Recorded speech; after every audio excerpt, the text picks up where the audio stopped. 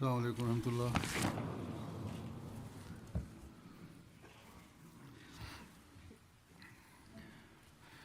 अशहदु अल्ला इलाहा इल्लल्लाह वहदहु ला शरीका लहु व अशहदु अन्ना मुहम्मदन अब्दुहु व रसूलुहु। अम्मा बादु फ़अऊज़ु बिल्लाहि मिनश शैतानिर रजीम। बिस्मिल्लाहिर रहमानिर रहीम। अल्हम्दुलिल्लाहि रब्बिल आलमीन अर्रहमानिर रहीम मालिकि यौमिद्दीन इय्याका नअबुदु व इय्याका नस्तईन इहदिनस सिरातल मुस्तक़ीम सिरातल लज़ीना अनअमता अलैहिम गैरिल मग़्दूबि अलैहिम वलद्दाल्लीन।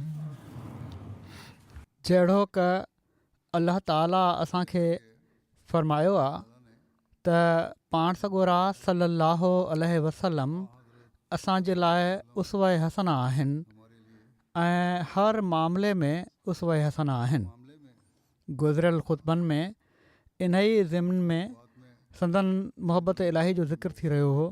मोहब्बत इलाही जे ज़िक्र में संदन इबादत जे मयार जो बि ज़िक्र थियो।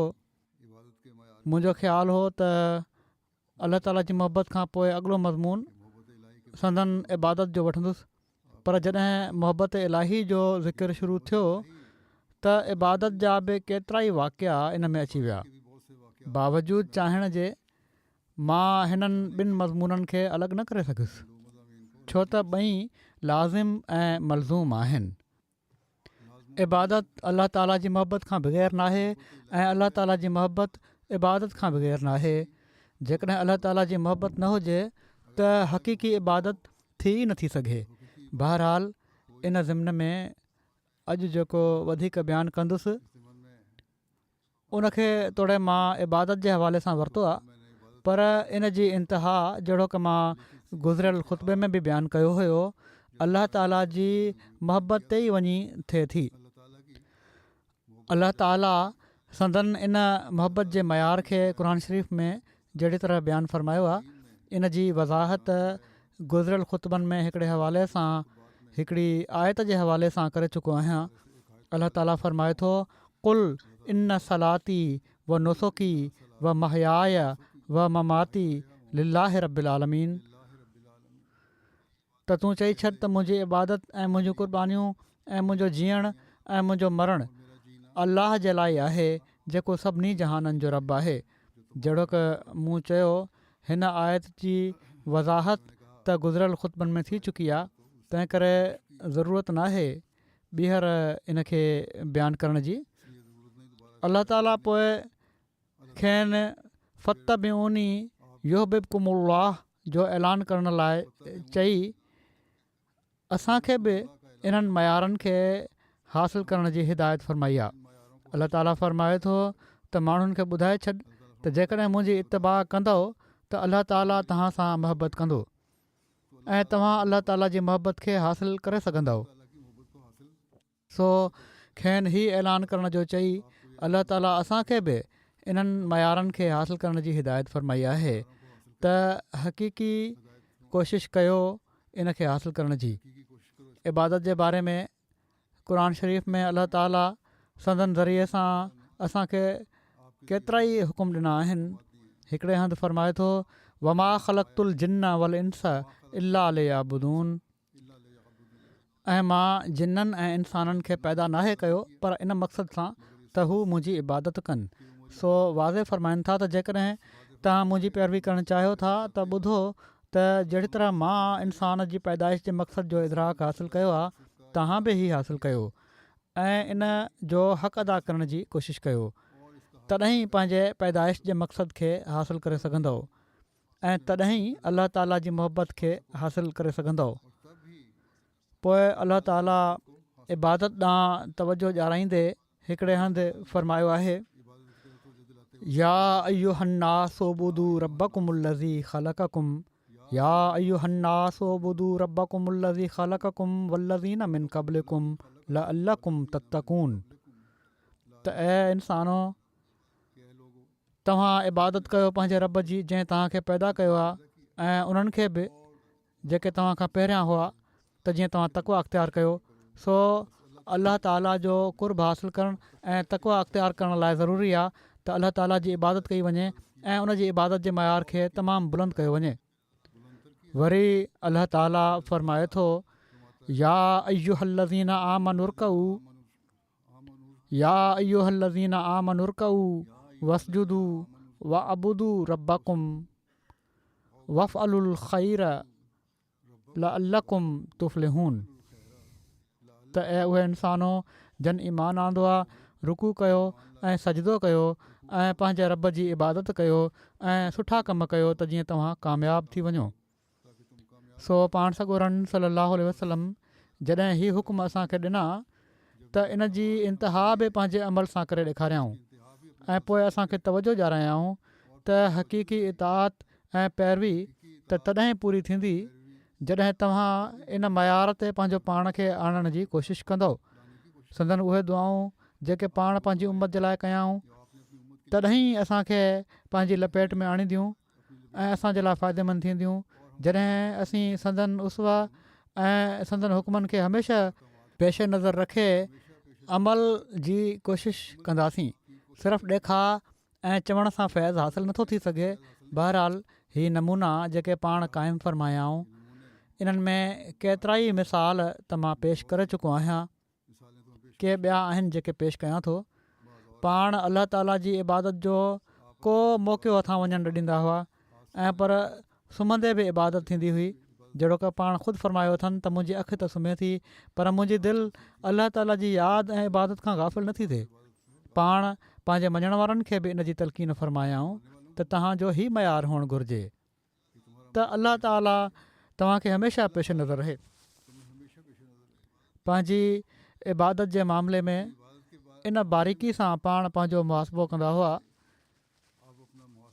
इन जे बारे में हिकिड़ी रिवायत में अचे थो हज़रत आयशा बयानु कनि थियूं त नबी सल्लल्लाहु अलैहि वसल्लम हिकिड़ी अहिड़ी लोई ते निमाज़ पढ़ी जंहिंमें नक्श हुआ। पाण इन जे नक्शनि खे हिकु नज़र ॾिठाऊं। जॾहिं पाण फ़ारिग़ थिया त फ़रमायाऊं त मुंहिंजी इन लोई खे अबू जुहम वटि खणी वञो ऐं अबू जुहम जी बिना नक्शनि वारी सादी लोई वठी अचो छो त उन हाणे ई मूंखे मुंहिंजी निमाज़ में बेतवजो करे छॾियो आहे। माना त हल्कड़ी नज़र बि उन ते पई त खेनि हीउ बर्दाश्त न थियो त मां उन लोई ॾांहुं ॾिसां ऐं मुंहिंजी नज़र अल्लाह ताला खां फिरी वञे। हज़रत आयशा रज़ियल्लाहु ताला अन्हा बयानु कयो आहे त नबी सल्लल्लाहु अलैहि वसल्लम फ़रमायो मां इन जा नक्श ॾिसां पियो ऐं मां निमाज़ में हुउसि त मां ॾिनुसि त मूंखे आज़माइश में न विझी छॾे। इन जी शरह में सैयद ज़ैनुल आबिदीन वलीउल्लाह शाह साहिबु लिखियो आहे त इन बाब जो मज़मून हीअ आहे त कपिड़ा सादा हुजनि उन्हनि में अहिड़ी चमक धमक न हुजे जेका तवजो हटाए। ज़हनी इर्तिका सां गॾु इंसानु तबई तौर ते सादगी ॾांहुं माइल थींदो आहे। लिखनि था त अॼुकल्ह बि असीं ॾिसूं था त सलीमु ज़ौक़ माण्हू कपिड़नि जी चूंड में सादड़े रंग खे तरजीह ॾींदा आहिनि पर के अॼुकल्ह अहिड़ा बि आहिनि जेके पंहिंजे कपिड़नि ॾांहुं ॾिसंदा रहंदा आहिनि ऐं उन्हनि जी इस्त्री ठीकु करण ॾांहुं तवजो हूंदी अथनि। त निमाज़ में त पूरी तवजो इन पासे हुअणु घुरिजे कंहिं कपिड़े ॾांहुं न। वरी लिखनि था त निमाज़ में मुकमल इस्तग़राक जी ज़रूरत आहे। माना त निमाज़ तॾहिं ई हक़ीक़ी निमाज़ थी सघे थी जॾहिं इंसानु उन में पूरी तरह गर्क हुजे ऐं ॿुॾी निमाज़ पढ़े। तंहिं करे इस्लाम जे शाइर निमाज़ी जे माहौल में हर अहिड़ी शइ जे वजूद खे नापसंदि कयो आहे जेका उन जी तवजो खे पाण ॾांहुं छिके। इन मां पतो पए थो त पाण केतिरे क़दुरु केॾी न तवजो सां अल्लाह ताला जी इबादत करणु चाहींदा हुआ जो हल्कड़ी नज़र बि कंहिं अहिड़ी शइ ते न पए जेका अल्लाह ताला तरफ़ां तवजो हटाइण वारी हुजे। ऐं इन बारे में मुख़्तलिफ़ हदीसुनि में ज़िक्र थियो आहे त तस्वीरूं न हुअणु घुरिजनि, साम्हूं तस्वीरुनि वारो कपिड़ो न हुअणु घुरिजे ऐं साम्हूं अहिड़ो परदो न हुअणु घुरिजे जंहिं ते तस्वीरूं ठहियलु हुजनि, छो त हीअ सभई शयूं नमाज़ खां तवजो हटाइण जो सबबु बणिजी सघनि थियूं। तंहिं करे इन्हनि खां रोकियो वियो आहे। नमाज़ पढ़णु महिल अहिड़ा परदा या अहिड़ियूं तस्वीरूं साम्हूं न हुजनि जो उन्हनि ॾांहुं मुंहुं करण सां तवजो हटी वञे। क़िबले पासे न हुजनि अहिड़ियूं शयूं। अहिड़ी तरह संदन तमामु आला मयार जो हिकिड़ो ॿियो ज़िक्र मिले थो। हज़रत जाफ़िर बिन मोहम्मद पंहिंजे वालिद खां रिवायत कनि था त हज़रत आयशा रज़ियल्लाहु तआला अन्हा खां पुछियो वियो त तव्हांजे घर में रसूलुल्लाह सल्लल्लाहु अलैहि वसल्लम जो हंधु कहिड़ो हूंदो हुयो? त उन्हनि फरमायो त चम जो हुयो, इन में खजूर जूं तंदूं भरियलु हूंदियूं हुयूं। हज़रत हफ्सा रज़ियल्लाहु तआला अन्हा खां पुछियो वियो त तव्हांजे घर में रसूलुल्लाह सल्लल्लाहु अलैहि वसल्लम जो हंधु कीअं हो? त पाण फरमायाऊं त पशम जो हो, माना त नरम उन जानवर जा जेके वार हुआ उन्हनि जो ठाहियलु हो। मां उनखे ॿीणो करे छॾींदी हुअसि, उहो थोरो नरम थी वेंदो हुयो ऐं हुज़ूर सल्लल्लाहु अलैहि वसल्लम उन ते सुम्हंदा हुआ। हिकिड़ी राति मां सोचियो त छो न इनखे चौणो करे छॾियां त जीअं हीउ अञा बि वधीक नरम ऐं आराम वारो थी वञे, त हुज़ूर जे लाइ वधीक सुकून जो सबबु थींदो। जीअं त मां उनखे चौणो करे छॾियो। जॾहिं सुबुह थियो त पाण सॻोरन सल्लल्लाहु अलैहि वसल्लम फरमायो, तूं राति मुंहिंजे लाइ छा विछायो हुयो? हज़रत हफ्सा चवनि थियूं त मूं अर्ज़ु कयो त उहो तव्हांजो ई हंधु हुयो, सिर्फ़ु असां उनखे चौणो करे छॾियो होसीं त जीअं उहो तव्हांजे लाइ वधीक आराम वारो थी वञे। पाण सॻोरन सल्लल्लाहु अलैहि वसल्लम फरमायो, उनखे पहिरियों जहिड़ो ई रहणु ॾे, छो त इन खां वधीक नरमी मुंहिंजे लाइ राति जी निमाज़ में रंडक बणिजी रही हुई। जेतोणीकि हंध जी नरमी संदन इबादत में रंडक न पई बणिजी सघे, पर पोइ बि पाण सॻोरन सल्लल्लाहु अलैहि वसल्लम खे हीउ अहसास बि बर्दाश्त न थियो त हंधु नरम आहे त थोरो लेटी पवां ऐं अलाह ताला जी इबादत जे लाइ न उथां, ऐं इन में मूंखे नरमी नज़र आई आहे। त हीउ हुयो संदन तमामु आला मयार। संदन इबादत जी हालत जो नक्शो उम्मुल मोमिनीन हज़रत सौदा रज़ियल्लाहु तआला अन्हा हीअं बयानु कयो आहे। फरमाइनि थियूं त मां हिकु भेरे पाण सॻोरन सल्लल्लाहु अलैहि वसल्लम जे पुठियां निमाज़ पढ़ी ऐं पाण रुकू कयाऊं, एसि ताईं जो मां पंहिंजो नकु पकिड़े वरितो। माना त एॾो डिघो रुकू हुयो जो मूंखे डपु थियो त किथे नक मां रतु न वहणु लॻी पवे। बहरहाल हीअ हालत इन ई सूरत में मुमकिन आहे जो जॾहिं अहिड़ी मोहबत हुजे जो इंसान खे महबूब जो दर छॾण लाइ दिलि न चाहे, जंहिं पोस्चर में बि वञे, जंहिं हालत में बि वञे, उन ई में ॿुॾी वञे। अहिड़ी तरह इबादत जे मयार जे बारे में हिकिड़ी ॿी रिवायत मुतरफ़ पंहिंजे वालिद खां बयानु कनि था। उन्हनि चयो, मां रसूलुल्लाह सल्लल्लाहु अलैहि वसल्लम खे इन हालत में निमाज़ पढ़ंदे ॾिठो जो रोअण जे करे संदन सीने मां चकी हलण जो आवाज़ु अची रहियो हुयो। माना त जहिड़ी तरह चकी हलंदी आहे, ग्राइंडर हलंदो आहे, ओड़ो आवाज़ु हुयो। हिकिड़े ॿिए हंधि देगड़ी उॿरण जो मिसाल बि ॾिनो वियो आहे। वरी हिकिड़ी रिवायत में अचे थो, हज़रत मुआज़ बिन जबल रज़ियल्लाहु तआला अन्हु बयानु कनि था त मां सुवारी ते पाण सॻोरन सल्लल्लाहु अलैहि वसल्लम जे पुठियां वेठो हुउसि। मुंहिंजे ऐं संदन विच में कजाए जो पोयों हिसो हुयो। पाण फरमायाऊं, ए मुआज़ बिन जबल, मूं चयो, मां हाज़िर आहियां या रसूलल्लाह, ऐं हीअ मुंहिंजी सआदत आहे। पोइ पाण थोरी देरि हलिया ऐं फरमायाऊं, ए मुआज़ बिन जबल, मूं वरी अर्ज़ु कयो, लब्बैक या रसूलल्लाह, हीअ मुंहिंजी सआदत आहे।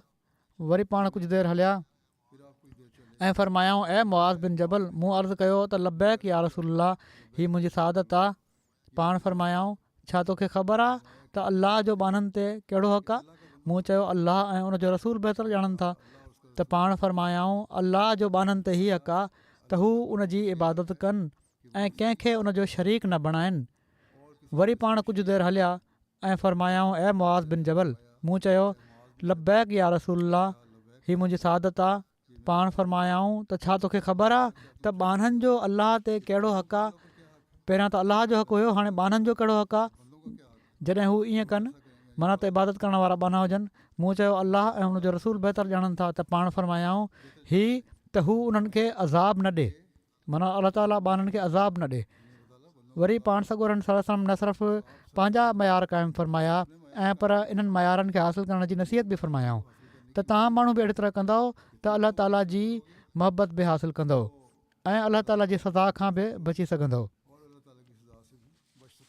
हज़रत मसीह मऊद अलैहिस्सलातु वस्सलाम पाण सॻोरनि सलाहु वसलम जी मदह में हिकिड़े हंधि फ़रमाइनि था पाण सॻोरा सलाहु वसलम क़ुर शरीफ़ जी इशात जे लाइ मामूर हुआ ईअं ई सुनत जी इकामत जे लाइ बि मामूर हुआ सो जहिड़ो क क़ुर शरीफ़ यकीनी आहे ईअं ई मामूला मुतवातरा सुनत बि यकीनी आहे माना त अहिड़ी सुनत जंहिंजो तालुक़ु हुज़ूर ताईं पहुचंदो हुजे संदन अमल मां साबित थींदो हुजे ऐं लाॻीतो इन में रावी इन ॻाल्हि खे बयानु कंदा वञनि हिकिड़ी चैन हुजे रिवायतुनि जी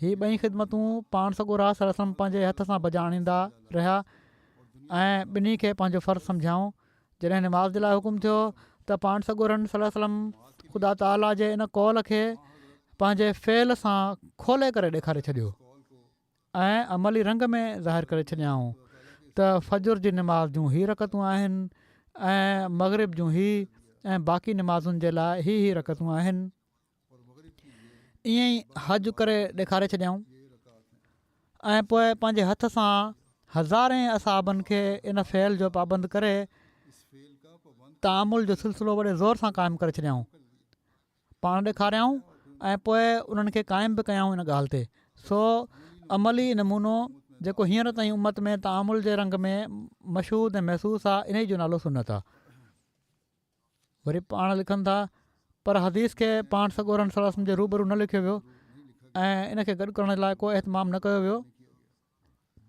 बहरहाल ही पाण सुनत ऐं हदीस जो मुआज़नो करे रहिया हुआ त छा फ़र्क़ु आहे पाण फ़रमायाऊं त सुनत पहिरियां आहे ऐं हदीस जो मक़ाम बाद में अचे थो ऐं जेका हदीस क़ुर शरीफ़ ऐं संदन सुनत सां नथी टकराए उहा हदीस सही आहे सो जिथे पाण सॻोरनि सलम जी मदह में ई फ़रमाए रहिया आहिनि त संदन इबादत जा मयार कहिड़ा हुआ उते इहे बि फ़रमाए छॾियाऊं त पाण ही सभु कुझु करे ॾेखारियाऊं ऐं पंहिंजे मञण वारनि खे उन्हनि ते अमल करण जी नसीहत फ़रमायाऊं ऐं उन्हनि खां अमल बि करायाऊं सो हीअ उहा सुनत आहे जेका अॼु ताईं असां ताईं पहुची रही आहे असाब सॻोरनि जा जेके नमूना असां वटि पहुता आहिनि उहे पाण सॻोरनि सलाहु वसलम जी तरबियत जे करे ई पहुता आहिनि पाण सॻोरनि सलम असाबनि जी अहिड़ी तरबियत कई जो उन्हनि जी इबादतुनि जा मयार बि बुलंद खां बुलंदतर थींदा विया ऐं अलाह ताला सां मुहबत जो मयार बि उन्हनि जो तमामु बुलंद थींदो वियो इहा ई उहा उसवा आहे जेका पाण सॻोरनि सलाहु वसलम क़ाइमु फ़रमाई जंहिंखे संदन असाबनि अख़्तियार कयो ऐं असांजे लाइ बि इहो ई हुकुम आहे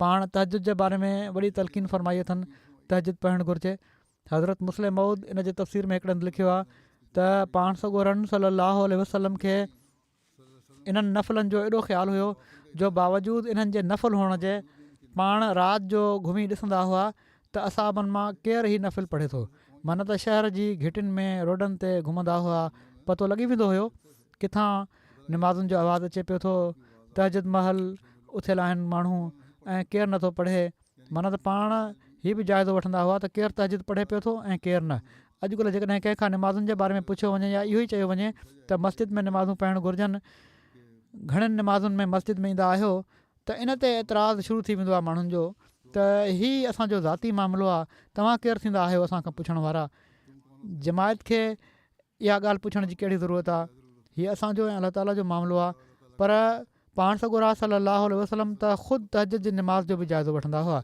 हिकु भेरे संदन मजलिस में हज़रत अब्दुल्ला बिन उमर रज़ी अला ताला अनो जो ज़िक्र आयो त हू तमामु भला आहिनि ऐं हिननि में फलाणियूं फलाणियूं ख़ूबियूं आहिनि पाण सॻोरनि सलम फ़रमायो हा माण्हू त भलो आहे पर शर्त हीअ आहे त तहजुद पढ़े छो त हू नौजवान हुआ ऐं तहजुद में कुझु सुस्ती कंदा हुआ तंहिं करे पाण उन्हनि खे इन पासे तवजो ॾियारायूं वरी रसूलुल्लाह सलम फ़रमायो त अलाह ताला उन ज़ाल मुड़ुस ते रहम करे त जेकॾहिं राति जो मुड़ुस जी अखि खुले त हू उथी तहजुद पढ़े ऐं घरवारी खे बि जाॻाए त तूं बि उथी तहजुद पढ़ ऐं जेकॾहिं उहा न जाॻे त उनजे मुंहं ते पाणी जो छंडो हणे ऐं जाॻाए अहिड़ी तरह जेकॾहिं घरवारी जी अखि खुले ऐं त हू ख़ुदि तहजुद पढ़े ऐं मुड़ुस खे जाॻाए ऐं जेकॾहिं हू न जाॻे त उनजे मुंहं ते छंडो हणे ॾिसो हिकु पासे त रसूलुल्लाह सल्लल्लाहु अलैहि वसल्लम घरवारी जे लाइ मुड़ुस जो अदब करणु तमामु ज़रूरी करार ॾिनो आहे ऐं ॿिए पासे तहजुद जे लाइ जाॻाइण जे लाइ जेकॾहिं पाणी जो छंडो बि हणिणो पए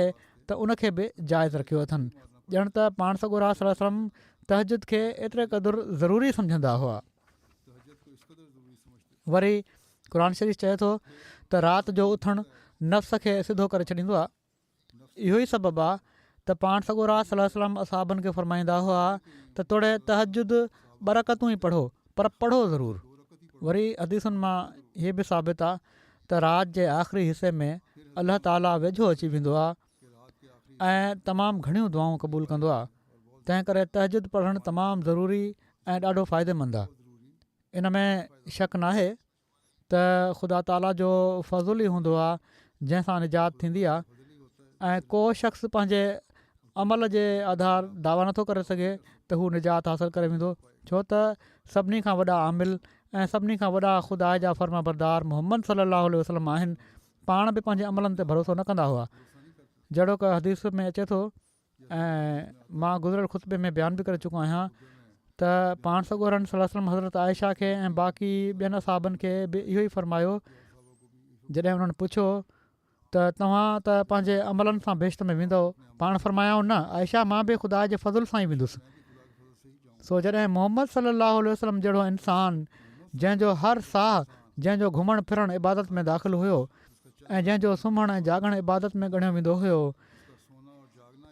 जंहिंजो समूरो उथणु वेहणु इबादत हुई, एसि ताईं जो जंहिंजो रफ़ा हाजत जे लाइ वञणु ऐं घर वारनि वटि वञण बि इबादत हुयो, एॾो वॾो इबादत गुज़ार इंसानु जॾहिं चए थो त मां पंहिंजे अमलनि सां बेश्त में न वेंदुसि ऐं पर ख़ुदा जे फज़ुल सां, त ॿियो केरु आहे जेको चए त मां पंहिंजे अमल सां बेश्त में दाख़िल थी वेंदुसि। हीअ न सोचो त रसूलुल्लाह सल्लल्लाहु अलैहि वसल्लम जो हर फ़ेल कीअं इबादत में दाख़िल थी वियो। हीअ अहिड़ी तरह छो त उन्हनि जे बारे में ख़ुदा ताला ई ॿुधाए छॾियो आहे त संदन हर हिकु हालत इबादत हुई। नावाक़िफ़ चई सघे थो त पाण सॻोरनि सल्लल्लाहु अलैहि वसल्लम जी हर हरकत चुरपुर कीअं इबादत थी वई, पर असांखे यादि रखणु घुरिजे त हीअ बिल्कुलु सही ॻाल्हि आहे त मोहम्मद सल्लल्लाहु अलैहि वसल्लम जो हर फ़ेल इबादत हो। हा, संदन सवाइ कंहिं ॿिए जो हर फ़ेल इबादत नथो थी सघे। पाण उसवा हसना आहिनि, तंहिं करे संदन हर फ़ेल ख़ुदा जी रज़ा जे लाइ हुयो ऐं जेको कमु ख़ुदा जी रज़ा जे लाइ हुजे उहो इबादत बणिजी वेंदो आहे। कंहिं ॿिए जो हर फ़ेल इबादत नाहे थी वेंदो। पाण सॻोरनि सल्लल्लाहु अलैहि वसल्लम जे बारे में ख़ुदा फ़रमायो आहे लकुम फ़ी रसूलिल्लाहि उसवतुन हसना, त तव्हांजे लाइ रसूलुल्लाह सल्लल्लाहु अलैहि वसल्लम जे हर फ़ेल में हिकिड़ो नमूनो आहे। छा इन जी हीअ माना नाहे त रसूलुल्लाह सल्लल्लाहु अलैहि वसल्लम पंहिंजे अमल सां ॿुधाइनि त कहिड़ो फ़ेल जाइज़ आहे ऐं कहिड़ो नाजाइज़, कहिड़ो मुस्तहसन आहे ऐं कहिड़ो मकरू ऐं कहिड़ो हिलाल आहे ऐं कहिड़ो हराम। सो रसूल करीम सल्लल्लाहु अलैहि वसल्लम जो हर हिकु कमु हिकिड़ो बयानु आहे ऐं हिकिड़ी डिस्क्रिप्शन आहे। मिसाल तौरु संदन निमाज़ पढ़णु न सिर्फ़ु ख़ुदा जे हिकिड़े हुकुम जी तामील हुई ऐं पर ऐलान हुयो त हीअ फ़र्ज़ आहिनि, हीअ सुनतूं आहिनि ऐं हीअ नफ़िल आहिनि जेके फ़र्ज़नि खां अलावा आहिनि ऐं जिन खे पढ़णु अलाह ताला जे कुर्ब जे लाइ ज़रूरी आहे। संदन खाधो खाइणु ऐलान हुयो त जेको कुझु पाण खाइनि था उहो हिलाल आहे ऐं जिन शयुनि खे पाण नथा खाइनि उहे खाइण जे क़ाबिल न आहिनि। सो पाण सॻोरनि सल्लल्लाहु अलैहि वसल्लम जो हर फ़ेल छो त नमूनो बणायो वियो हुयो माण्हुनि जे लाइ, तंहिं करे पाण जिन शयुनि खे जाइज़ ॿुधाईंदा हुआ ऐं इस्तेमालु फ़रमाईंदा हुआ हीअ इबादत हुई ऐं अहिड़ी तरह जिन खां मना फ़रमाईंदा हुआ ऐं इस्तेमालु न कंदा हुआ हीअ बि इबादत में शामिलु हुआ। मक़सदु संदन हर फ़ेल इबादत हो छो त ख़ुदा जे हुकुम हेठि हो। जीअं त इन जो हिकिड़ो मिसाल आहे त हिकिड़े शख़्स टे पहर जी निमाज़ जो वक़्तु पुछो। ज़ाहिर आहे त पहिरें वक़्त ते निमाज़ पढ़णु मुस्तहसन आहे, पर पाण सॻोरनि सल्लल्लाहु अलैहि वसल्लम एॾी देरि कई जो वक़्तु तमामु सोढ़ो थी वियो। संदन निमाज़ में ही देरि करण बि इबादत हो। छो? इन लाइ जो पाण ही सबक़ु ॾेई रहिया हुआ त जेकॾहिं हिकिड़ो इंसानु कंहिं सबबु कंहिं पहिरें वक़्त में निमाज़ न पढ़ी सघे त जेकॾहिं आख़िरी वक़्त ताईं पढ़ी वठे तॾहिं बि उनजी निमाज़ थी वेंदी। मक़सदु फ़र्ज़नि में ऐलान हुयो, वाजिबात में ऐलान हुयो, नफ़िलनि ऐं सुनतुनि में ई ऐलान हुयो त हीअ सभु कुझु अलाह ताला जी इबादत आहे। इन हालत ते बि पाण फ़रमाइनि था त ख़ुदा जे फज़ुल सां बेश्त में वेंदासीं, माना त खेनि अलाह ताला चई छॾियो त संदन हर फ़ेल इबादत आहे, पर पोइ बि पाण इहो ई फ़रमायूं त मां त ख़ुदा जे फज़ुल सां ई बेश्त में वेंदुसि। पोइ असां माण्हू जंहिंजा अमल तमामु थोरा आहिनि कीअं था चई सघूं त असां अमलनि सां बेश्त में वेंदासीं। इन मां ज़ाहिर थी वियो त फज़ुल केॾी न ज़रूरी शइ आहे। अलाह जो फज़ुल तमामु ज़रूरी शइ आहे, पर अलाह जो फज़ुल बि सिर्फ़ु दावा सां नथो थी सघे। इन खे हासिलु करण जे लाइ बि कंहिं शइ जी ज़रूरत आहे। सिर्फ़ु ईमान जी दावा सां कुझु न आहे बणिजंदो ऐं उहा शइ कहिड़ी आहे, उहो आहे अमल। पाण सॻोरम सल्लल्लाहु अलैहि वसल्लम जी सुनत ते अमल ऐं उन ते अमल करण जी कोशिशि, पंहिंजी इबादत जे मयार खे वधाइण जी कोशिशि, अलाह ताला जी मोहबत खे हासिलु करण जी कोशिशि। तॾहिं जहिड़ो की मां शुरू में बि चयो हो त इबादत अलाह ताला जी मोहबत खां बग़ैर न आहे ऐं मोहबत अलाह ताला जी इबादत खां बग़ैर न आहे। पाण सॻोरम सल्लल्लाहु अलैहि वसल्लम जी दुआ जी कैफ़ियत कहिड़ी हूंदी हुई, इन बारे में बि हज़रत मुस्लिम मऊद हिकिड़े हंधि पंहिंजे तफ़सीर में लिखियो आहे। कुझु जॻहियुनि ते मां पंहिंजा लफ़्ज़ बि बयानु कंदुसि, पर बहरहाल इन ई मां अख़ज़ कयो वियो आहे त केतिरा ई आहिनि जेके दुआ कंदा आहिनि, पर उन्हनि जूं अखियूं, उन्हनि जी दिलि, उन्हनि जो दिमाग़ु, उन्हनि जो सीनो दुआ जो मुयद नाहे हूंदो। दुआ करे रहिया हूंदा आहिनि पर अखियूं किथे ॿिए हंधि हूंदियूं आहिनि, दिलि उन्हनि जी किथे ॿिए हंधि हूंदी आहे, दिमाग़ु किथे ॿिए हंधि घुमी रहियो हूंदो आहे, सीने में उहा मोहबत नाहे हूंदी जेका हुअणु घुरिजे। ख़ुदा ताला जे लाइ उहा मोहबत कान्हे ऐं पोइ छा नतीजो निकिरंदो आहे? नतीजो इन जो इहो ई निकिरंदो आहे त छो त ही शयूं दुआ सां गॾु गॾु न आहिनि हली रहियूं हूंदियूं, उन जी ताईद न आहिनि करे रहियूं हूंदियूं, इन लाइ उहा दुआ त पोइ हिकिड़ी ज़ाहिरी दुआ ई हूंदी आहे। उन जूं अखियूं आलियूं न आहिनि हूंदियूं, उन्हनि जी दिलि पघिरजी नाहे रही हूंदी। दुआ करण महिल त अखियूं आलियूं हुअणु घुरिजनि, दिलि पघिरणु घुरिजे, दिमाग़ु यकसू थी ख़ुदा ॾांहुं मुतवजो हुअणु घुरिजे। जॾहिं उन्हनि जो सीनो जोश विचां उॿरी नाहे रहियो हूंदो त उन जो नतीजो ई थींदो आहे त उन्हनि जी दुआ ईअं हवा में उॾी वेंदी आहे जीअं रई उॾी वेंदी आहे। पाण सॻोरम सल्लल्लाहु अलैहि वसल्लम खां वधीक आज़ादु ऐं खाइनि वधीक हुर केरु हूंदो, पर संदन बारे में अचे थो त पाण जॾहिं दुआ कंदा हुआ त कॾहिं कॾहिं संदन सीने मां अहिड़ी तरह आवाज़ु निकिरी रहियो हूंदो हुयो जीअं देॻड़ी उॿरी रही हूंदी आहे ऐं एतिरे क़दुरु रहंदा हुआ जो ॾाढी मुबारक आली थी वेंदी हुई। पर केतिरा ई माण्हू आहिनि जेके पंहिंजी आदतुनि जे मुताबिक़ ख़ुदा ताला सां बि तकबुर कंदा आहिनि ऐं दुआउनि में रोअणु नापसंदि कंदा आहिनि। निमाज़ुनि में रिकत तारी हुअण बि तमामु ज़रूरी आहे। इन जे लाइ बि इंसान खे कोशिशि करणु घुरिजे। इन जे लाइ हज़रत मसीह मऊद अलैहिस्सलातु वस्सलाम हिकिड़ो नुस्ख़ो हीअ बि ॿुधायो आहे त पंहिंजी शिकिल रोअणहारकी बणाए वठो त इन ई ज़ाहिरी हालत मां बि दिलि ते असरु पवंदो आहे ऐं पोइ इंसानु रोई बि ॾींदो आहे। सो पाण सॻोरम सल्लल्लाहु अलैहि वसल्लम जिथे हीअ असांखे फ़रमायो त मुंहिंजी इबादतुनि जा ई मयार आहिनि ऐं मां शुक्रगुज़ार आहियां, अलाह जो फज़ुलु मूंखे बचाईंदो ऐं इन फज़ुल खे हासिलु करण जे लाइ मां इबादत बि कंदो आहियां ऐं अलाह जी नेमतुनि ते मां उनजी शुक्रगुज़ारी बि कंदो आहियां, छो त अलाह ताला त गनी आहे। जेकॾहिं मां न कयां शुक्रगुज़ारी न कयां त कहिड़ी ख़बर अलाह ताला कहिड़ो वर्ताव करे। सो जॾहिं पाण सॻोरम सल्लल्लाहु अलैहि वसल्लम जहिड़ो इंसान बि जेको सभिनी नेकनि जो सरदार आहे अमलनि खां मुस्तगनी नथो थिए त ॿिया माण्हू कहिड़ी तरह मुस्तगनी थी सघनि था ऐं माण्हू कीअं था चई सघनि त असां अमल खां मुस्तगनी थी वियासीं। असांखे अमलनि जी ज़रूरत न आहे, अलाह ताला बख़्शे छॾींदो। हीअ त काफ़रनि जा कौल आहिनि, मोमिन जा कौल न आहिनि। पाण सॻोरम सल्लल्लाहु अलैहि वसल्लम जी ज़िक्र इलाही जी बि हिकिड़ी सुनत आहे। पाण ज़िक्र इलाही फ़रमाईंदा हुआ। इन बारे में बि हिकिड़े ख़ुतबे में हज़रत मुस्लिम बयानु कयो आहे त ज़िक्रनि मां हिकिड़ो उहो ज़िक्र आहे जेको सुम्हणु महिल कयो वेंदो आहे।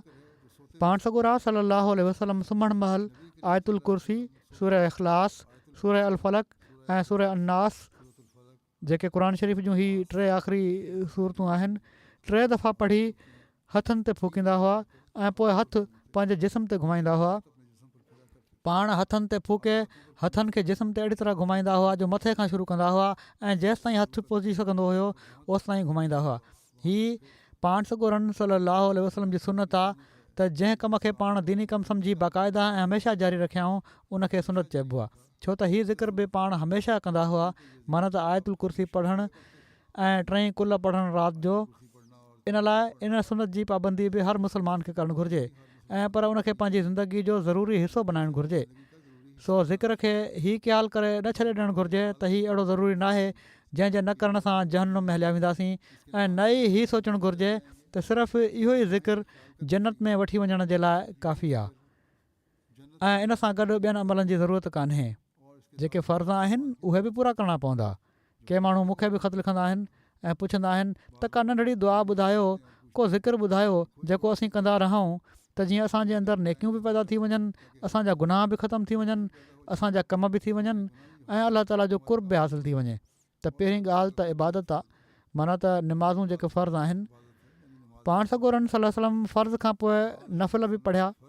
सो निमाज़ुनि में अलाह ताला जे हुज़ूर हाज़िर थियण जा जेके मयार आहिनि उहे पहिरियां हासिलु करण जी ज़रूरत आहे। इन खां पोइ नफ़िल आहिनि, पोइ अलाह ताला जो ज़िक्र आहे। ज़िक्र इंसान खे वधीक नेकियुनि ॾांहुं तवजो ॾियारींदो आहे, पर इन सां गॾु ॿिया अख़लाक ऐं अमल बजा आणण बि ज़रूरी आहे।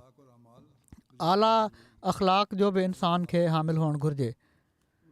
अलाह ताला जो कुर्ब हासिलु करणु ऐं पंहिंजे मसइलनि जे हल ऐं पंहिंजी दुआउनि जी क़बूलियत जे लाइ ज़रूरी आहे त अलाह ताला जे हर हुकुम ते अमल कयो वञे ऐं ईअं कयो वञे जीअं पाण सॻोरन सल्लल्लाहु अलैहि वसल्लम असांखे करे ॾेखारियो। इन जी कोशिशि कई वञे ऐं इन मुकमल सुनत ते अमल कयो वञे। बहरहाल ज़िक्र जे बारे में ही न सोचणु घुरिजे त इन खे छॾण सां जहन्नुम में हलिया वेंदासीं ऐं न सिर्फ़ु ही त सिर्फ़ु ज़िक्र ई जन्नत में वठी वेंदो या उन ई सां असांजा समूरा मसाला हल थी वेंदा। अमल बहरहाल ज़रूरी आहिनि ऐं फ़र्ज़ बि ज़रूरी आहिनि। जॾहिं पाण सॻोरन सल्लल्लाहु अलैहि वसल्लम जहिड़ो इंसानु पंहिंजी तरक़ियुनि जे लाइ हिननि ज़िक्रनि जो मुहताज हो त असीं कीअं था चई सघूं त असांखे अहिड़नि ज़िक्रनि जी ज़रूरत कान्हे। पाण सॻोरन सल्लल्लाहु अलैहि वसल्लम जी हीअ सुनत हुई त पाण हमेशह सुम्हण महिल आयतुल कुर्सी ऐं टई कुल 3 दफ़ा पढ़ंदा हुआ जहिड़ो की बयानु कयो वियो आहे ऐं पोइ हथनि ते फूके जिस्म ते घुमाईंदा हुआ। हज़रत मुस्लिम मऊद किन ॿियनि ॻाल्हियुनि ॾांहुं बि वॾे तफ़सील सां तवजो ॾियाराए छॾी आहे। हिकिड़े हंधि लिखियो अथनि त जेके माण्हू दीन जा पेशवा हूंदा आहिनि उहे ही ॾाढो सोचींदा आहिनि त असां जूं इबादतूं ऐं ज़िक्र ॿियनि माण्हुनि खां वधीक हुजनि। के अहिड़ा माण्हू बि हूंदा आहिनि दीन जा जेके लीडर हूंदा आहिनि, आलिम चवराईंदा आहिनि पंहिंजो पाण खे, या दीनी तनज़ीमुनि जा अॻुवान चवराईंदा आहिनि त असां जूं इबादतूं ॿियनि खां वधीक हुअणु घुरिजनि ऐं पोइ इन जे लाइ ख़ासि तौर ते बनावट खां कमु वठंदा आहिनि त जीअं माण्हू उन्हनि खे नेक सम्झनि। जेके वॾा लीडर आहिनि, सियासतदान, उहे बि हाणे इहो ई करणु लॻी पिया आहिनि। हथनि में तस्बीहूं हूंदियूं अथनि, मस्जिद जा इमाम आहिनि, कंहिं तनज़ीम जा उहिदेदार आहिनि, हू ख़ुदि खे दुनिया जे लाइ नमूनो सम्झंदा आहिनि या ही अहसासु ॾियाराइण जी कोशिशि कंदा आहिनि त असां तव्हांजे लाइ नमूनो आहियूं। उहे सम्झंदा आहिनि त असांजो नमूनो आहे, तंहिं करे बनावट खां कमु वठंदा आहिनि ऐं ज़ाहिरी तौर ते ईअं करे रहिया हूंदा आहिनि। मुस्लमाननि में बि इहे शयूं आहिनि ऐं ग़ैर मुस्लिम लीडरनि में बि हूंदियूं आहिनि। किन क़बीलनि जी रिवायतुनि में बि इहे ॻाल्हियूं मिलनि थियूं। बहरहाल जेकॾहिं मुस्लमान आहिनि त उन्हनि जो पंहिंजो पाण खे ज़ाहिर करण जो, पंहिंजी हालत खे ज़ाहिर करण जो हीअ हाल आहे त जेकॾहिं वुज़ू कंदा आहिनि त ख़ासि एहतमाम सां काफ़ी देरि ताईं उज़वा धोईंदा रहंदा आहिनि ऐं एसि ताईं चवंदा आहिनि त वुज़ू करण महिल जेके पाणी जा फुड़ा किरनि पिया था उहे बि जिस्म ते न किरणु घुरिजनि। इन सां बि गंदगी पैदा थी वेंदी आहे। सजदा ऐं रुकू बि डिघा डिघा कंदा आहिनि, पंहिंजी शिकिल मां ख़ुशू ऐं ख़ुज़ू जी हालत ज़ाहिर कंदा सिर्फ़ु ॾेखारण जे लाइ। जेकॾहिं त ख़ुदा ताला जो प्यारु हासिलु करण जे लाइ कनि पिया था त पोइ त ॿी ॻाल्हि आहे, पर हीअ दुनिया खे ॾेखारण जे लाइ करे रहिया हूंदा आहिनि। माण्हुनि जे साम्हूं ख़ूब वज़ीफ़ा पढ़ंदा, तस्बीहूं हथनि में हूंदियूं अथनि ऐं ज़ाहिरनि ज़िक्र करे रहिया हूंदा आहिनि, पर पाण सॻोरा सल्लल्लाहु अलैहि वसल्लम बावजूदि इन जे जो सभिनी खां वधीक इत्का ऐं औरा हुआ ऐं संदन बराबरि ख़शियतुल्लाह को इंसानु पैदा नथो करे सघे, पर बावजूदि इन जे पाण इन्हनि सभिनी ॻाल्हियुनि में सादा हुआ ऐं संदन ज़िंदगी बिल्कुलु इन्हनि तकल्लुफ़ात खां पाक हुई। हज़रत अबू क़तादा रज़ियल्लाहु तआला अन्हु खां रिवायत आहे त पाण सॻोरन सल्लल्लाहु अलैहि वसल्लम फरमायो त मां कॾहिं कॾहिं निमाज़ में बीहंदो आहियां ऐं इरादो कंदो आहियां त निमाज़ खे डिघो करे छॾियां, पर कंहिं ॿार जे रोअण जो आवाज़ु ॿुधी वठंदो आहियां त पंहिंजी निमाज़ खे इन ख़ौफ़ विझां त किथे मां इन ॿार जी माउ खे ॾुखियाई में न विझां, निमाज़ मुख़्तसिर करे छॾींदो आहियां, नंढड़ी करे छॾींदो आहियां। केॾी न सादगी सां पाण सॻोरन सल्लल्लाहु अलैहि वसल्लम फरमायो आहे त असां ॿार जो आवाज़ु ॿुधी निमाज़ में तकड़ करे वठंदा आहियूं। अॼुकल्ह जा सूफ़ी त अहिड़े कौल खे शायदि पंहिंजी बेइज़ती सम्झंदा हू त इन ॻाल्हि जे इज़हार में पंहिंजो फ़ख़ुरु सम्झंदा आहिनि त असां निमाज़ में अहिड़ा मस्तु हूंदा आहियूं जो का ख़बर ई नाहे रही ऐं तोड़े भरिसां दुहिल वॼंदा रहनि त असांखे को ख़्यालु नाहे ईंदो। पर पाण सॻोरा सलाहु वसलम इन्हनि तकल्लुफ़ात खां आजा हुआ। संदन अज़मत ख़ुदा ताला जी ॾिनल हुई। इंसाननि खेनि मौज़ूज़ न बणायो हुयो। खेनि इंसाननि खां कुझु न पियो घुरिजे, खेनि ख़ुदा ताला खां अज़मत घुरिजे पई। तंहिं करे पाण इन्हनि ॻाल्हियुनि खां आजा हुआ। हीअ उहे सोचे सघनि था जेके इंसाननि खे इज़त ॾियण वारो सम्झंदा हुजनि। हीअ ॾेखार सिर्फ़ु उन्हनि माण्हुनि जो थी सघे थो जेके इंसान खे इज़त ॾियण वारो सम्झंदा आहिनि। अलाह ताला खे इज़त ॾियण वारो सम्झण वारा जहिड़ी तरह जो पाण सॻोरनि सल्लल्लाहु अलैहि वसल्लम सुनत क़ाइमु फरमाई ऐं पंहिंजे अमल सां ज़ाहिर फरमायाऊं, उहे कॾहिं बि ईअं नथा सोचे सघनि। उन्हनि में त सादगी हूंदी आहे ऐं हुअणु घुरिजे। हज़रत अनस रज़ियल्लाहु ताला अन्हु रिवायत कनि था त हिकु भेरे उन्हनि खां माना त हज़रत अनस खां सुवालु कयो वियो त छा पाण सॻोरा सलाहु वसलम जूतनि समेत निमाज़ पढ़ी वठंदा हुआ। हाणे हिकु पासे इबादतूं आहिनि, मयार सुठा हासिलु करणा आहिनि, पर जिथे आसानी जी ज़रूरत आहे उते आसानी बि आहे। जहिड़ी तरह टे जी निमाज़ जे वक़्त जे बारे में ॿुधायो मूं त हर हिकु पहलू साम्हूं रखनि था, पर असुलु हक़ीक़त हीअ आहे त अलाह ताला जी इबादत मद्देनज़र हुजे ऐं उन जी रज़ा हासिलु करण ॾांहुं तवजो हुजे। बहरहाल उन्हनि खां सुवालु कयो वियो त पाण सॻोरा सलाहु वसलम जूतनि समेत निमाज़ पढ़ी वठंदा हुआ, त उन्हनि जवाबु ॾिनो त पाण पढ़ी वठंदा हुआ। इन वाक़े मां मालूम थिए थो त पाण कहिड़ी तरह तकल्लुफ़ात खां बचंदा हुआ। मुस्लमान जेके ईमान ऐं इस्लाम खां नावाक़िफ़ आहिनि ऐं पर इन जी तालीम खां नावाक़िफ़ आहिनि, जेकॾहिं कंहिंखे पंहिंजनि जूतनि समेत निमाज़ पढ़ंदे ॾिसी वठनि त लुड़ करे ॾियनि ऐं जेसि ताईं को उन्हनि जे ख़्याल जे मुताबिक़ सभिनी शर्तनि खे पूरो न करे वठे हू ॾिसी बि नथा सघनि। पर पाण सॻोरा सलाहु वसलम असांजे लाइ उसवा हसन आहिनि। संदन हीउ तरीक़ो हुयो त पाण वाक़िअनि खे ॾिसंदा हुआ, तकल्लुफ़ात जा पाबंद न हुआ।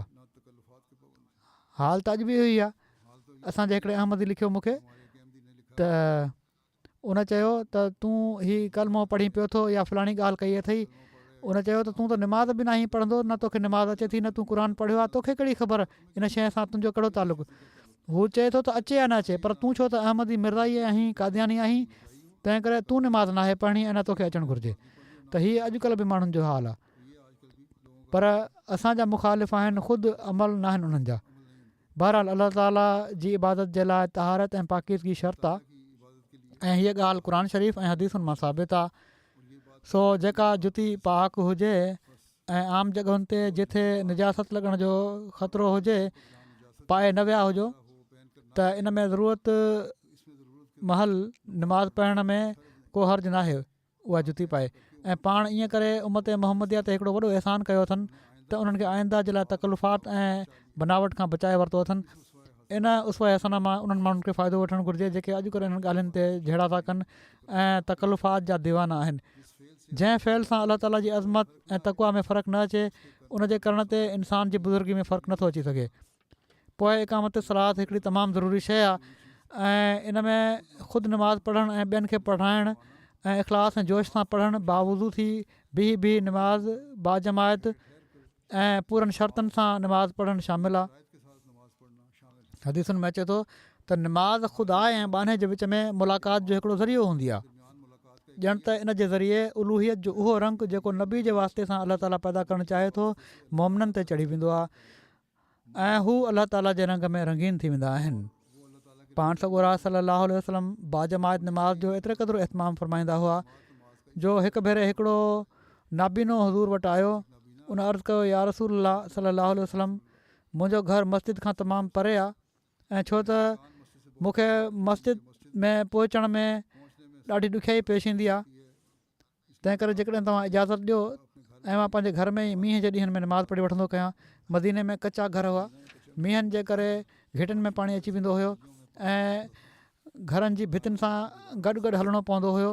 पर उते भितियुनि खे मींहं जे पाणी खां बचाइण जे लाइ हीउ रवाजु हुयो जो भितियुनि सां गॾु पथर लॻाए छॾींदा हुआ त जीअं मींहं जो पाणी भितियुनि सां टकराए इन्हनि कचियुनि भितियुनि खे नुक़सानु न पहुचाए। नाबीने असां बि चयो त मां पाणी जे करे रस्ते जे विच में हली नथो सघां ऐं किनारनि ते हलां त मूंखे नज़र न ईंदो ऐं उते पथर चुभंदा आहिनि जंहिंसां ज़ख़्मी थियण ऐं किरण जो ख़तरो आहे, त छा मां घर में निमाज़ पढ़ी वठंदो कयां।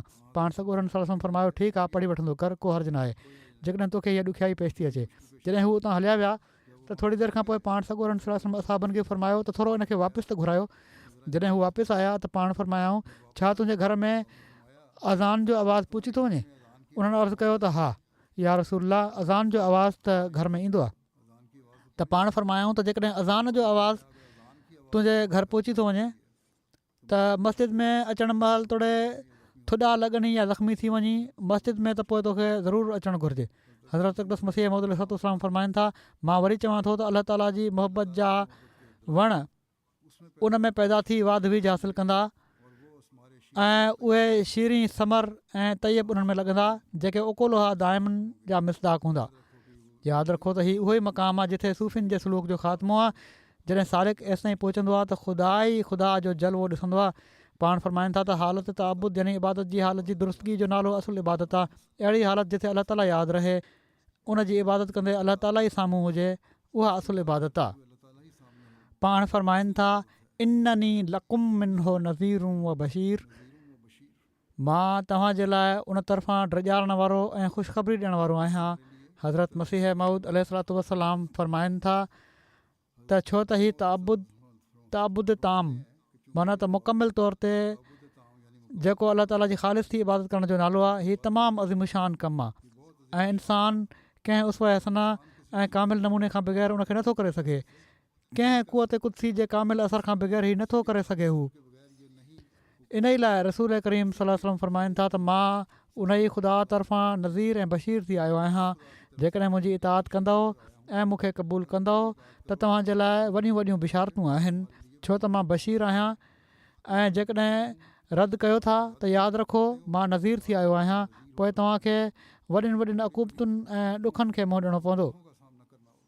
सो हीअ उहा ॻाल्हि आहे जंहिंखे असांखे गौर सां ॾिसणु घुरिजे।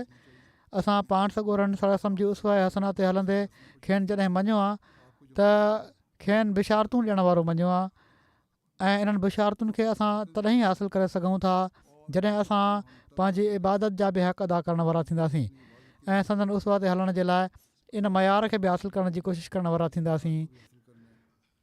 यादि रहणु घुरिजे त इन कोशिशि जे लाइ क़ुर्बानी करणी पवंदी आहे, जहाद करिणो पवंदो आहे। के माण्हू चई छॾींदा आहिनि त 5 नमाज़ूं पढ़ण जी कोशिशि कयूं था। जेकॾहिं उन्हनि खां पुछो त हीउ नफ़्स जो धोखो आहे। जेकॾहिं कोशिशि हक़ीक़ी हुजे त हिकिड़ो फ़िक्रु हूंदो आहे।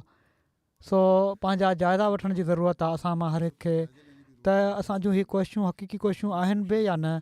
हज़रत मसीह मऊद अलैहिस्सलाम फरमायो आहे त पाण सॻोरन सल्लल्लाहु अलैहि वसल्लम जी इबादत कहिड़ी हूंदी हुई। पाण हिरा गार में जिथे झंगली जानवरनि नांगनि ऐं चीतनि वग़ैरह जो ख़तरो हुयो उते हलिया वेंदा हुआ। इन जो ज़िक्र पहिरियां बयानु थी चुको आहे त उते पाण दुआऊं घुरंदा हुआ। इन ॻाल्हि खे बयानु करे पाण फरमायाऊं त हीउ क़ाइदो आहे त जॾहिं हिकु पासे जी कशिश तमामु घणो वधी वेंदी आहे त ॿिए पासे जो ख़ौफ़ दिलि मां ख़तमु थी वेंदो आहे।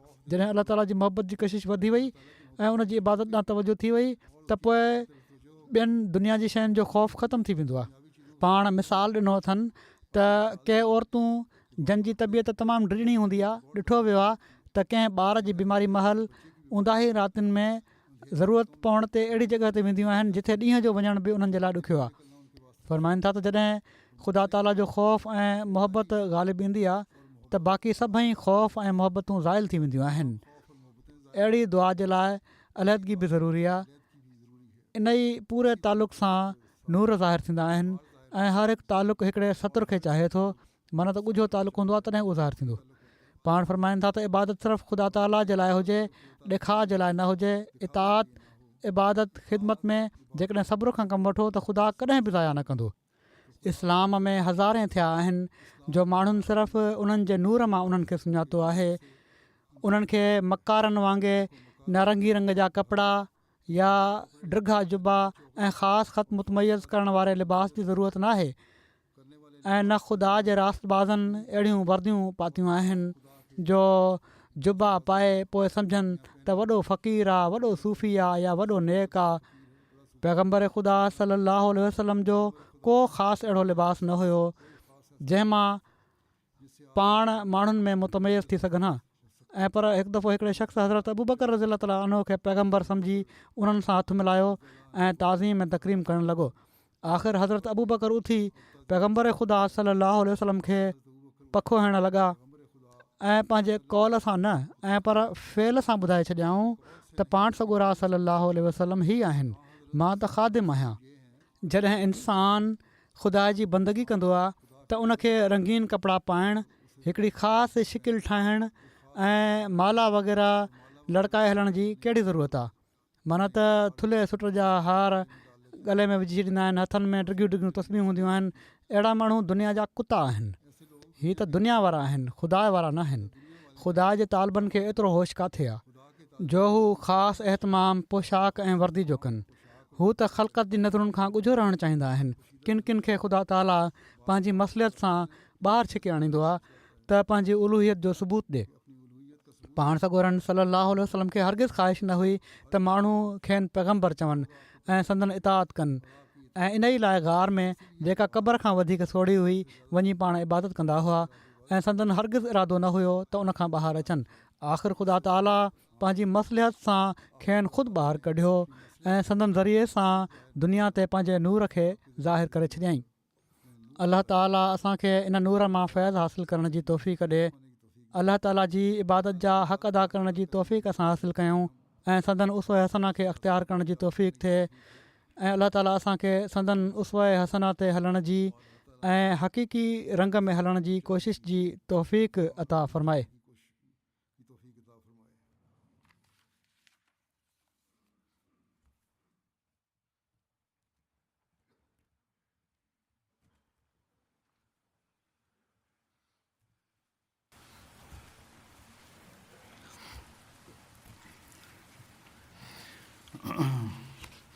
Alhamdulillah, alhamdulillah, nahmaduhu wa nasta'inuhu wa nastaghfiruh wa nu'minu bihi wa natawakkalu alayhi wa na'udhu billahi min shururi anfusina wa min sayyiati a'malina. Man yahdihillahu fala mudilla lahu ومن يضلل فلا هادي له ونشهد أن لا إله إلا الله ونشهد أن محمدا عبده ورسوله. عباد الله رحمكم الله إن الله يأمر بالعدل والإحسان وإيتاء ذي القربى وينهى عن الفحشاء والمنكر والبغي يعظكم لعلكم تذكرون. اذكروا الله يذكركم وادعوه يستجب لكم ولذكر الله أكبر.